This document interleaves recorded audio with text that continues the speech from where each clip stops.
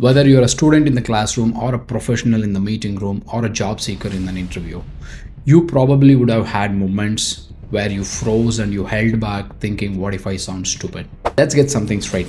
Confidence isn't about knowing everything.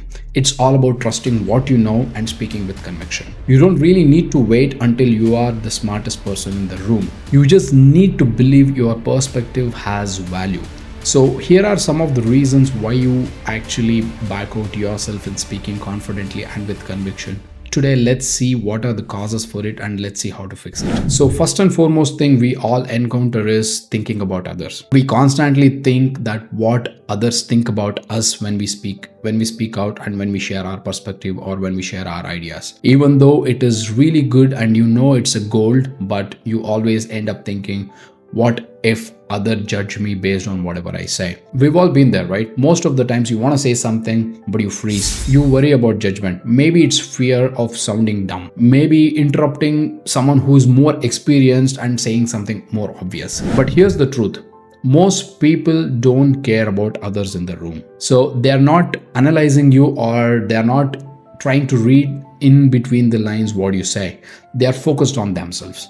And they actually want people to contribute in the room because the best and the most powerful ideas emerge when people come together.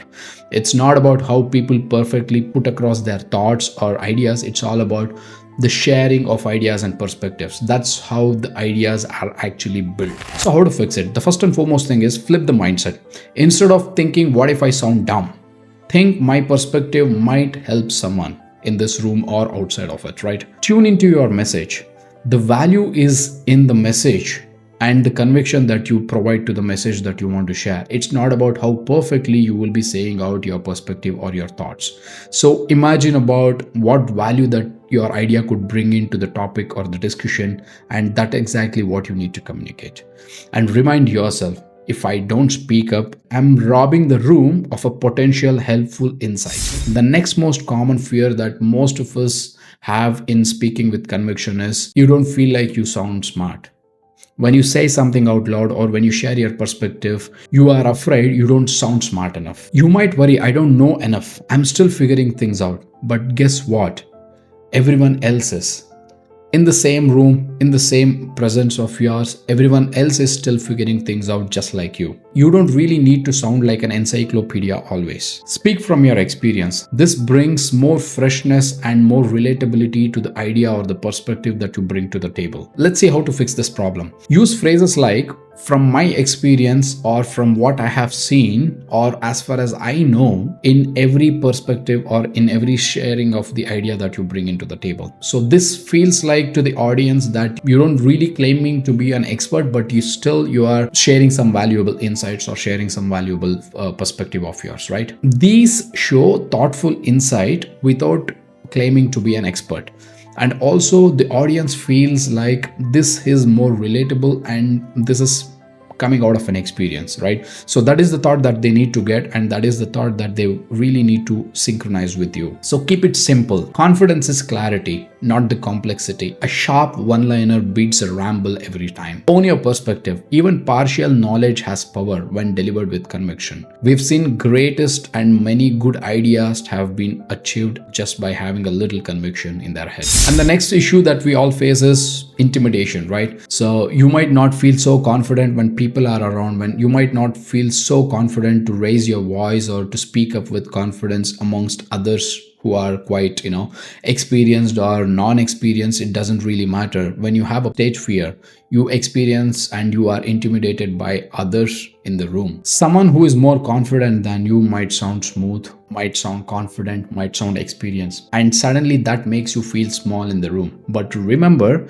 that very person, that very confident person, they were once you, and most of the time they are not judging you and they are just thinking about their response and they are just articulating what needs to be communicated next. This is how you can fix this issue, right? Stop comparing. Your strength is in your unique angle and perspective. and not being better than someone else. Make an eye contact. Always make an eye contact when you speak to somebody. When we say make an eye contact, don't stare into the people's face that as if they get scared, but have a gentle eye contact where they understand and where they know that this person is speaking with conviction and he has a clarity on what he's telling about. Not a stare down, but just a brief, calm contact to say, I belong here. Always shift from I'm not as good as them to I bring something totally different and totally unique. And the next thing is you always have this feeling of I'm not prepared enough. So you often tend to, when you attend a meeting with your boss or when you attend a meeting with your colleagues, you always feel like you're not prepared enough. Even though you know and you have the knowledge to speak about the topic, you always feel like you are not prepared enough. Whether it is even with the exams in the university that you once have attended, right? So how much ever you prepare yourself, you always end up cursing yourself saying that I haven't prepared enough. I could have studied that. I could have studied this. I could have studied more. You walk into a conversation unprepared or get hit with the question which you did not even expect and it comes out of the blue. Instantly, your brain panics. But here's the thing. You just need to pause and pivot. You don't really need to respond or react immediately when you get something out of blue. But let's see how to actually fix this issue when you encounter such scenarios, right? When you are encountered with something which you did not even expect, buy some time. Instead of reacting or responding, buy some time. If you want to respond in such scenarios, start with, let me think for a moment, or that's a great question, or give me a second, I'll get back to you on this. Anchor your thoughts. Start with something you actually know. Lead with the strong point that you know or relatively know anything about that topic. And that could lead into something totally different angle or a completely different new perspective about the topic where you could gather the information from the other person in the meantime. Bridge it from what you know to what the other person has asked you. Bridge the topic. I don't really have a complete picture about this topic, but this is how I would approach it. You could always have a positive approach for these kind of scenarios and always make the other person feel like he has a perspective and he has something to share about this topic. And he never ever feels that, okay, this person doesn't know anything about it and it's a waste of time. And people don't have to be perfect always. They just need to be present and analyze what's happening around them. And that solves most of our problems, and that helps you in also gathering the information that you want, even if you don't know anything about the topic. And more often you're anxious, and it is definitely shown in your body language. When uncomfortable situation arises, anxiety is quite real, and your heart races, your voice shakes, your thoughts scatter. That doesn't mean you're not confident. It just means your body hasn't caught up yet for the situation and the scenario that you need to deal with. So let's see how to fix this. So breathe. One deep breath before speaking rests your nervous system and puts you into a calm position. Slow down.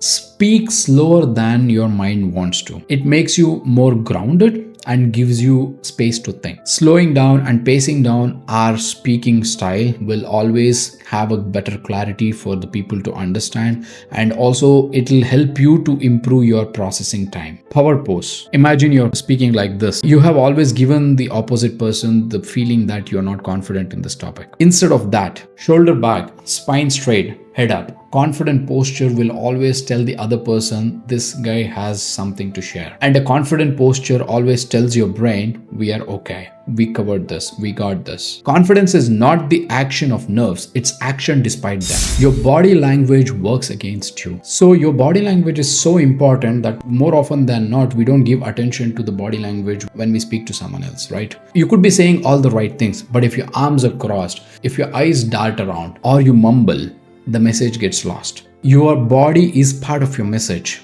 That's how you get the attention from the other person. The body says either I believe in this, or it says I hope nobody notices me. And that defines the confidence level that you are at. And let's see how to fix this. Open up, uncross arms, keep your hands visible, do the hand gesture if necessary, or nod your head to acknowledge the point the other person is saying to you. These small cues shows how present you are in this particular moment and how confident you are to tackle the topic that the other person is saying. So eye contact, as I mentioned earlier, you don't really need to lock down your eyes to the other person or stare down down on them, just a gentle and a calm contact to make sure that you glance long enough to connect to the point the other person is speaking. Posture. Whether you are sitting or standing, make sure that you plant yourself in that particular space to make a point that you belong here, because you do. That proves how confident you are and what you bring to the table along with the knowledge that you carry.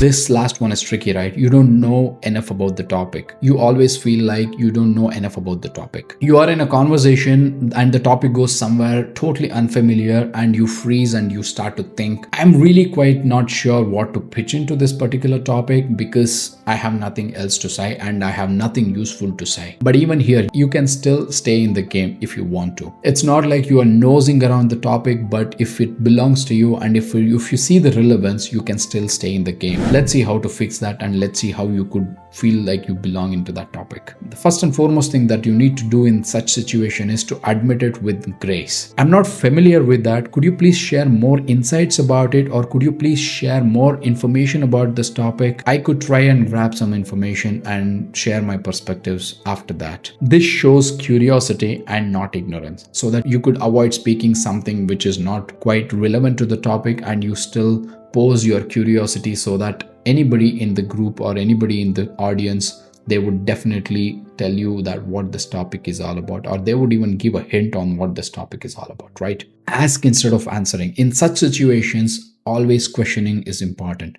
Instead of responding or answering, questioning is so much important. Start with something like, interesting, but how does it compare with so-and-so tool or so-and-so situation or so-and-so scenario with what you know and what you could relate to? Always remember this mantra: honesty plus curiosity is equal to confidence. In such scenarios, participating even with asking questions is so much important that people often remember your participation and not your perfection. It's always good to bring in your perspective and don't hesitate to speak out when it is needed. So in order to conclude how to speak confidently and how to speak with conviction, confidence doesn't mean having all the answers. It means backing up yourself even when you don't. Speaking up when you're unsure. Asking thoughtful questions when you don't know. The most confident people in the room, they have practiced conviction for a longer period of time. That's the only difference between you and them. So next time when you feel hesitation in speaking anything with confidence and conviction, raise your chest and tell the following to yourself: I don't need to be perfect, I just need to be present. I don't need to sound like someone else, I need to sound like me. My perspective has value, period. You don't need to wait for confidence. Just speak up like you believe in what you're saying. Confidence will catch up automatically. So having all said that, so I'm Sunil. I speak mostly about life, tech, intentional living, productivity, and about, of course, AI. So if you haven't subscribed to my channel yet, please do so and check out my other content which is related to all the above mentioned topics that I said. Let's build a community out there where we could support each other and get better ourselves every single day. See you all soon in another video and take care and stay safe.